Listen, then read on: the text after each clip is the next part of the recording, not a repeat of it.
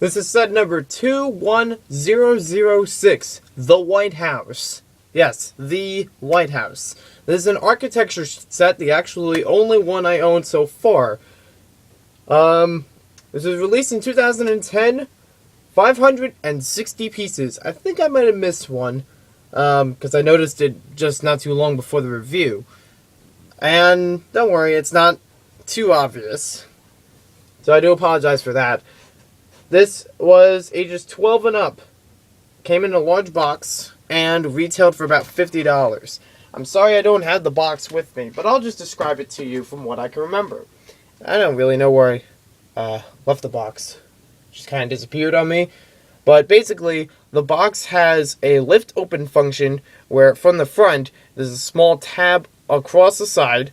You lift it up and the box opens up. So you don't have to rip the box open or anything to get it open like other Lego boxes. This one is nicely, usable and reusable if you want to store all the pieces in there. Inside of there, they had the instructions, the pieces in different bags, and I don't recall, this set does not have any stickers in it. So we'll take a closer look at the set now, starting with the instruction book. And the instruction book is more than just an instruction book, in fact. Now with this book, as an architecture set, they're typically made with they're made a little bit thicker than regular instructions, and I'll explain why soon. It also has this slightly harder cover, or should I say spine on it. And it's not your traditional paper, it's a little bit thicker than other pieces of paper. You can see on here it shows the architecture set. It shows what the White House location is. And inside, I actually have a little table of contents I made on the side. Pages 2 through 8, number 19, number 49, 65, and 71 are pages that list facts and history about the White House's creation. And that's about the real White House, in fact. Things all the way in here. You can see more throughout the book. Here's some quick facts about the White House. 1600 Pennsylvania Ave, Washington, D.C., USA. It says the kind of material, style, size, and year. First cornerstone laid in 1792. The full construction of the building took place between 1792 and 1800 when the first residents moved in. And this is for the modern White House. It's not for the original presidential building because the White House didn't start in Washington, D.C. On page... What page is it? I think it's page 9. This is where we start with the instructions for the model. And they give it to you a little bit clearer than other Lego models. Although the background is entirely black, they show you how all the pieces are aligned and in what order with a little red highlight around them. There's a little bordering that allows you to see the pieces and construct it properly. So I do appreciate this little advanced building style. It's not really too advanced from what we would normally do, but it does give it a little bit more clarity from when you're looking through and learning how to build this. Especially in some sections where pieces might look the same. They also have a couple smaller facts in the building instructions themselves. We'll go a long way forward. The middle is actually very hollow, so I won't have to show you the inside of it. You can see through the instructions, the middle is not really built up on the inside. So there's nothing to take apart. It's more of a display model. Sorry about that, everyone. I just lost where I was in the book, and I started to drop it. Now, there is a slight detail which you can see in here. The chandelier might be a little bit harder to see later, so I wanted to show you that in the instructions before we get any further. Now, it does have a very interesting building style, which I'll talk more about once we get to that part. Here's some more info on the bottom. This is page 65. And then around page 71, this has to do with the renovation of the White House. White House was damaged by fire in 1814, and it required extensive repair. During this renovation, the south portico was added. It is rumored that following the fire, the house was painted white to help cover soot stains from the fire, And that is from this time that people began to refer to it as the White House. So some nice little bits of information here, makes it more historical and architecturally interesting. We also get all the different constructions and renovations during different periods, and there are during different presidencies as well.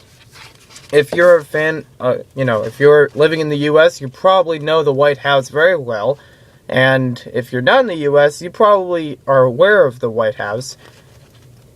It's a pretty well-known model, as far as I'm concerned, but if we have some word in the back of here about the architectural artist who was designing the Lego version of this model. And it also tells you in the back about the purpose of the architecture theme. We also get the piece count on 2 pages, references for all the information shown.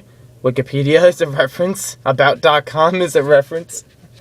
I have to laugh because those are the kinds of websites our, teachers in school would tell us not to use as far as credited information, but that's surprising that even, Lego did that. Photo credits and Library of Congress mentioned.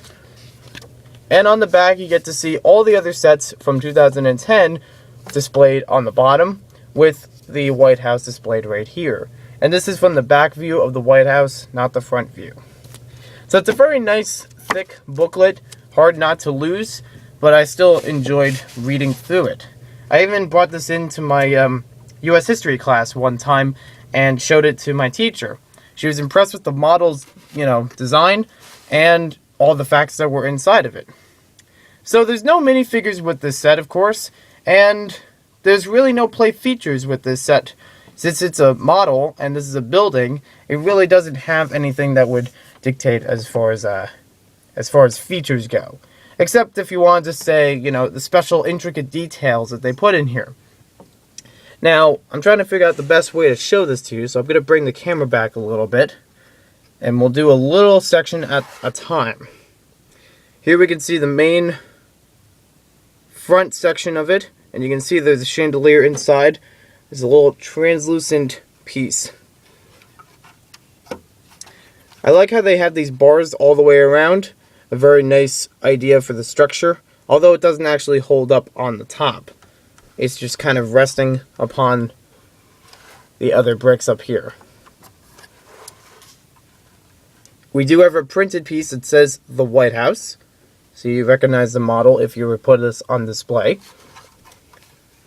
We have little steps on the front to lead you up into the building. If you look carefully at the windows, they're actually not done like regular windows. These have little slots in between them as a way of making windowsills and to set off the building a little bit more. Now this is, if you saw it before in the instructions, you'll probably recognize how this is done in here. And it's a very clever way, but I'll take it apart at the end to show you. This does have a couple different dark green pieces, so if you need a lot of plate pieces in dark green, this one has a bunch. We got a couple different bushes along the sides. Here is one side of the White House. It has some more of that roofing on top, and we get to see more of this special design. I'll show you more about that later, because I think it's pretty cool on a miniature scale model. Here we have the back of the model, and these are put on with a very special way. Again, they don't attach to the bottom, they actually attach to the top with these little robot arms. So it's very clever how they did that, and they are movable if you need them in different positions, but normally for a building they would be in one spot. And to be honest, I'm not sure which spot they go exactly in, but you can always check back in the instructions if they move a little bit. They don't have too big of a tendency to break off, because I would imagine you would have this on display, and it wouldn't be really a play model too much. But it is good for miniature designs. If you want to make a mini land of your own, this could be a good starter model. You can see more on the side. It is symmetrical as far as these two sides go. And we return to the front. I'm going to lift this up to show you how it looks on the top. We got a lot of 2x4 pieces on top of here to make a nice smooth area. We have some 3x4 roof pieces and some of the angled ones on the sides. We also have a couple different smaller towers up top. I think they're towers, I'm not sure. If they're not, post in the comments. That set off the building a little bit more.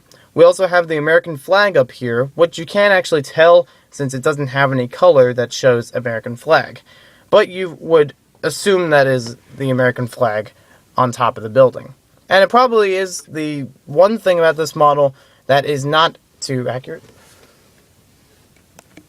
Sorry about that again. There's only what I wanted to say basically was there's a couple different areas of this that are not to scale with the rest of the building. The bushes are extremely large compared to the building and compared to the steps if you need a reference.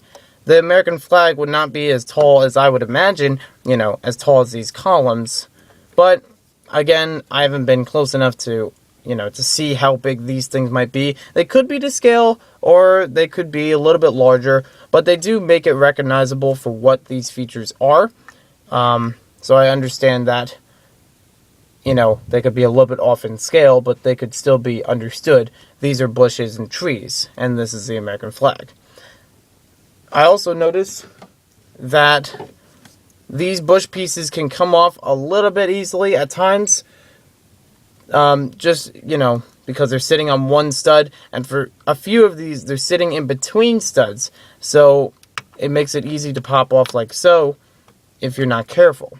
So just, you know, treat the model delicately. It's not too fragile. The main build of it is actually very sturdy. But as far as the offset features, such as the columns, the tree, the flag, they do have a tendency to break off at times. So just be careful with that part. Now, I'm going to try to get into the meat of the model. And this may break apart in a lot of different sections, so I do apologize. And you can also notice, before I take this off, there we go. Alright, so now we're in the meat of the model. This is going to be a look on the inside. Even though I showed you in the instructions that it's mainly hollow, as you can see how hollow it is. It mainly has, you know, walling up to here and around to here. They don't have to worry about interior details because that wasn't the original design for this architecture set. Most people would be looking at it more on the outside, and to make the interior details would not be really suitable for Lego bricks. I mean, that's a lot of rooms to take care of, and they'd all be about 1 by 1, and, you know, at the minimum, as far as dimensions. You can see we do get a lot of these 1 by 2 wall pieces in white, and we also get them in 1 by 1s. So if you need a lot of those types of wall pieces, this set has several of them. You can check out the parts list online. What I wanted to show you was in between these, this is how the windows are made. And it's actually a very clever build to me. Let's see if we can take this part out to show you. This is your side view of the windows, the one that you would see on the outside of the building. And this is how it looks on the inside. They're using jumper pieces as well as Technic pieces to attach these together in order to make a little bit of, you know, interesting design to the model. Now, why Technic pieces? Well, you're not going to see the holes in them, and you probably didn't know there were holes in them until now, but you won't see them from the outside. And the reason why they're used is because Technic pieces, like these, have a little bit of an opening on top. Compared to regular Lego bricks, they can attach better on the bottom of jumper pieces. So it's a very good choice for Lego. I do appreciate that little clever design there. And, you know, would be an interesting building technique for other models if you want to make other sets or other buildings for your own Lego city.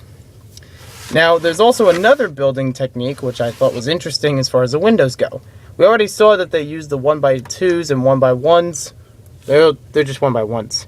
But as far as this little piece, this corner piece allows it to attach onto the arch that's shown right here. And I hope this goes on correctly. Now the piece I mentioned before, there's a little piece up here that I had missing. I didn't realize this until after building the set. Actually, I didn't realize it years after building the set, because I had this set for now about a couple of years, and it's been holding up very well on its own. Okay, just fit all the pieces back in. I do like the fencing that they have on this set. All those 1x4 fence pieces are nice to get in any set. Oh, almost worked. The 1x4 fence pieces are nice to get in any set. They're nice to get in here for white if you need to make any more fencing for your Lego city, or for just using it on this model, get some nice details. And I also like, if you notice, it has a little walkway around it with that little space in between. I don't know if it's intended to be a walkway, but I still appreciate the spacing so it's not against the other windows up here. And there are windows in there because they work just as 1x1 or 1x2 pieces. So overall, this is a nice set. Architecture wasn't my favorite theme from Lego. It was a theme that I really didn't consider much until I got this set as a Christmas gift. It still has some nice designs to it and a few clever building techniques which are helpful for miniature modular buildings. Although there are a few things that are out of size, they are still presented in a good shape and just have, you know, a nice look. I do appreciate that they made it as the White House, as one of many different types of architecture models. It works really well with other architecture buildings and is a great display model. I've had this on display ever since I built it, so it's always stood together very well, except for those few pieces here and there, but you know, only if you fidget with it or handle it in the wrong areas. So it holds up very well for its size. And also the price per piece ratio is excellent on this set. It's a $50 set with over 500 different pieces. So it's very good to get, and also the value of the pieces are useful since you get a lot of 2x4 tiles in the set. You get some nice roof pieces, fence pieces, and even that nice building design, and also the 1x2's walls that I mentioned earlier. So thanks for watching this video. Hope you guys enjoyed it, and we'll see you next time with more Lego set reviews.